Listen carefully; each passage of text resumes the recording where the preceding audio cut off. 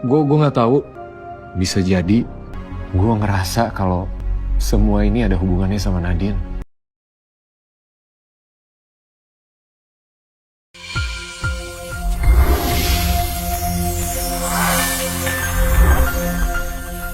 Di episode sebelumnya, Nadine menemui Dr. Vena di rumahnya.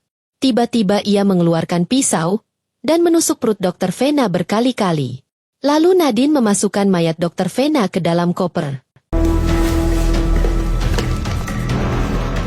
Nadine lalu membawa mayat Dr. Vena ke tempat yang sepi. Di sanalah Nadine menguburkan mayat Dr. Vena. Sementara itu, Alex terlihat menangis di rumah sakit karena Lara masih belum sadarkan diri.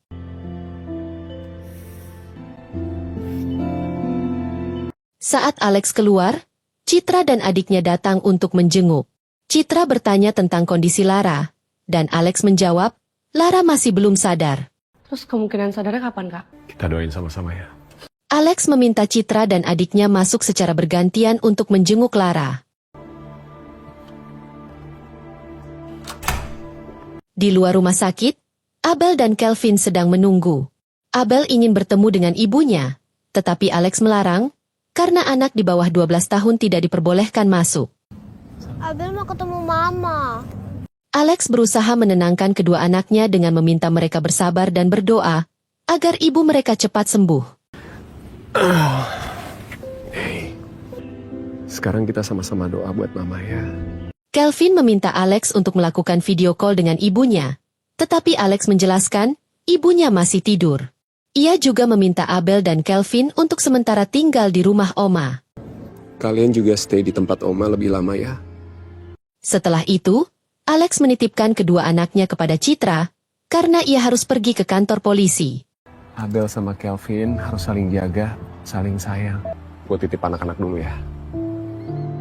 Di kantor polisi, Alex diberi informasi, kecelakaan yang menimpa Lara dan Pak Lukman disebabkan oleh remblong. Alex kemudian bertanya, apakah ada bukti yang menunjukkan unsur kesengajaan? Polisi menjawab, ada indikasi demikian, tetapi sulit diselidiki karena mobil terbakar. Kalau ini unsur kesengajaan. Polisi juga menyampaikan, pengacara Pak Lukman memberitahu mereka, kemungkinan besar ada orang yang ingin mencelakai Pak Lukman, mengingat 2 bulan terakhir, almarhum menangani kasus yang resikonya sangat besar. Ketika polisi menanyakan apakah Lara memiliki musuh, Alex hanya menjawab tidak. Kalau ada perkembangan, akan kami kabari. Di restoran rumah sakit, pembantu Alex sedang menyuapi Abel dan Kelvin. Namun Abel menolak untuk makan. Tak lama kemudian, Nadine muncul di sana dan menyapa mereka berdua. Halo. Mbak, mau pipi. Oh iya. Pembantu Alex menitipkan Abel kepada Nadine, karena dia akan mengantar Kelvin ke toilet. Sini tante temenin. Nadine mendekati Abel dan bertanya, mengapa wajahnya cemberut?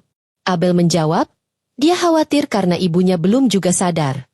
Nadine mencoba menenangkannya, dan menyarankan agar Abel berdoa untuk kesembuhan ibunya. Dia kemudian menawarkan untuk menyuapi makanan kepada Abel. Aku cuci tangan dulu ya. Jangan lama-lama. Saat Abel mencuci tangan, pelayan restoran datang membawa minuman.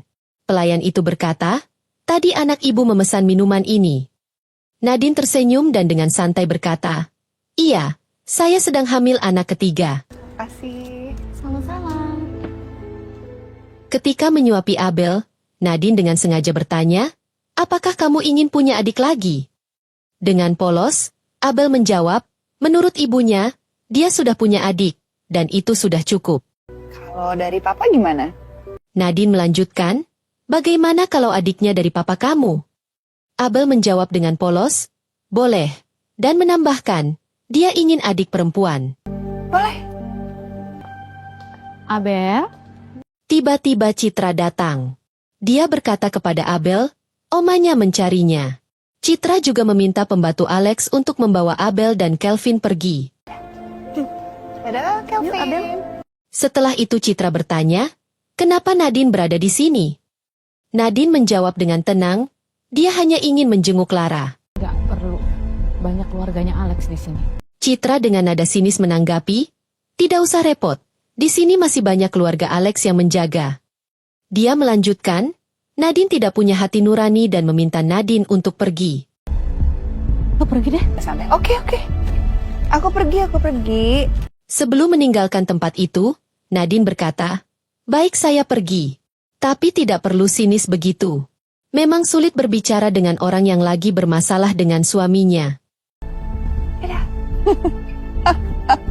Di rumah Bimo, Alex menceritakan kecurigaannya, kecelakaan Lara bukanlah kecelakaan biasa.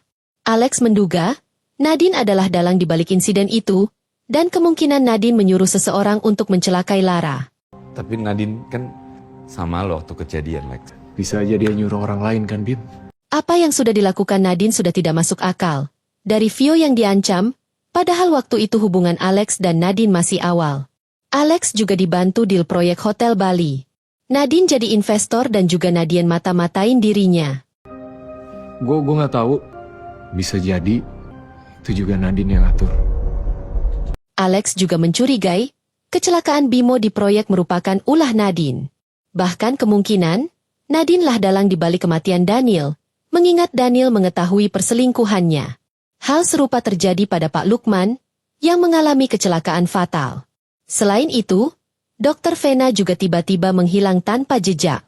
Gue ngerasa kalau semua ini ada hubungannya sama Nadine. Klinik kan bilang kalau dokter Vena ke luar negeri kan, Lex? Bimo hanya menanggapi, kalau teori Alex benar, berarti Alex sedang berhadapan dengan psikopat. Alex melanjutkan, sebelum kecelakaan Lara dan Pak Lukman, ponselnya tiba-tiba mati.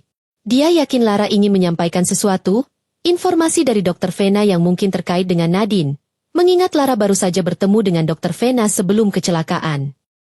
Kalau dilihat dari rute terjadinya kecelakaan, itu pas banget arah balik dari klinik Dr. Vena, Bim. Bimo bertanya, apakah Alex sudah melaporkan kepada polisi tentang Lara dan Pak Lukman berada di mobil yang sama saat kecelakaan? Alex menjawab, dia belum melaporkannya. Jika polisi mengetahui hal itu, mereka pasti akan mencurigai Nadine, dan itu akan merusak rencananya. Selain itu, Nadine kemungkinan besar akan menyebarkan video skandal mereka. Alex tetap bertekad untuk menjalankan rencana Pak Lukman, dan mengumpulkan bukti yang kuat terlebih dahulu. Gue akan cari buktinya. Gue tetap akan jalanin rencana Lukman. Tiba-tiba ponsel Alex berbunyi. Dia menerima pesan dari Nadine, yang memintanya untuk datang ke rumahnya. Sesampainya di rumah Nadine, Alex berpura-pura menunjukkan sikap mesra. Ia meminta Nadine untuk tidak datang ke rumah sakit terlebih dahulu, dengan alasan menjaga privasi keluarganya. Nadine menjelaskan, ia hanya khawatir dengan kondisi kedua anak Alex dan juga Lara, sehingga ia berniat menjenguk. Ya, makasih kamu udah worry sama mereka. Aku pengen ketemu mereka. Alex beralasan, keluarganya belum mengetahui rencana perceraiannya dengan Lara, apalagi Lara masih dalam keadaan koma. Ia berjanji akan segera mengurus perceraian itu, dan menikahi Nadine begitu Lara sadar. Setelah itu, Nadine bebas bertemu dengan kedua anaknya kapan saja. Setelah itu, kamu bebas. Nadine kemudian bertanya, kenapa Lara bisa berada di satu mobil dengan Pak Lukman? Alex menjawab, mungkin Pak Lukman sebagai pengacara yang mengurus perceraiannya. Alex juga menyampaikan rasa simpatinya kepada keluarga Pak Lukman, mengingat mereka baru saja kehilangan Daniel, dan kini Pak Lukman juga meninggal dunia. Aku shock banget sih. Aku habis ketemu dia, aku habis meeting. Alex kemudian bertanya, apakah Nadine tahu kabar tentang Dr. Vena? Karena ia tidak dapat menghubungi Dr. Vena. Nomor teleponnya tidak aktif, dan asisten di klinik mengatakan, Dr. Vena sedang berada di luar negeri. Kamu kenapa nyariin dia? Aku kan khawatir sama kondisi kamu. Mendengar itu, Nadine mulai curiga dengan alasan Alex bertanya tentang Dr. Vena. Namun Alex menjelaskan, ia hanya ingin memastikan kondisi kesehatan Nadine, terutama karena mereka akan segera menikah. Ia juga ingin lebih mengenal pasangannya. Ada baiknya kalau aku lebih mengenal pasangan aku. Ya. Ketika Alex meminta izin untuk pulang karena merasa lelah, Nadine memintanya untuk menginap di rumahnya.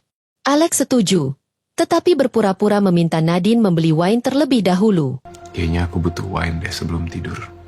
Aku beliin ya. Kamu nanti sambil istirahat nungguin. Sebenarnya, Alex sengaja menyuruh Nadine keluar dari rumah untuk mencari bukti yang menghubungkan Nadine dengan kecelakaan Lara. Selain itu, ia juga berencana mengecek laptop Nadine untuk menghapus video skandalnya. Namun saat Nadine keluar, ia menerima notifikasi dari CCTV rumahnya yang mendeteksi seseorang berada di dalam kamarnya. Nadine melihat semua tindakan Alex. Ia akhirnya menyadari bahwa Alex hanya berpura-pura ingin menceraikan Lara.